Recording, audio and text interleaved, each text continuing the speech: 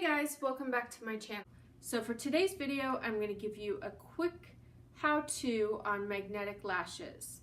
A couple weeks ago, I posted a video on Instagram, or actually I posted a picture on Instagram wearing them, and it seems like since then, my inbox, my family, my friends, everybody's wanting to know, how did I figure out those magnetic lashes? Because they are not easy. First of all, the magnets will stick to tweezers. So if you're used to using tweezers like regular eyelashes, you're not going to be able to do that.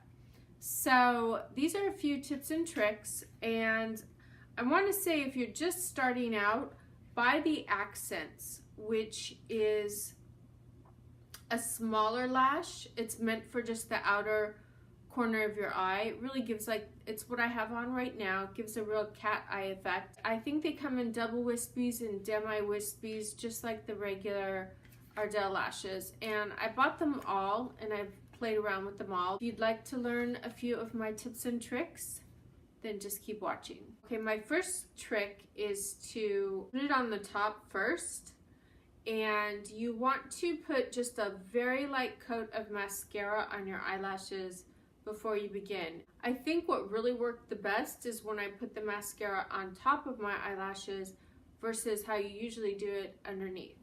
So that was the first thing I did. The second tip I have is, I think it's easier for me if I do it into a mirror that's down low, and you can kind of keep your lid going down, put it on the top, and then put it on the bottom.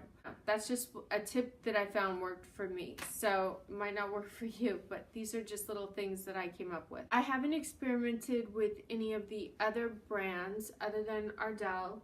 I slept in them actually. I've worked out in them, and you will notice how I use one hand for the top one and one for the bottom.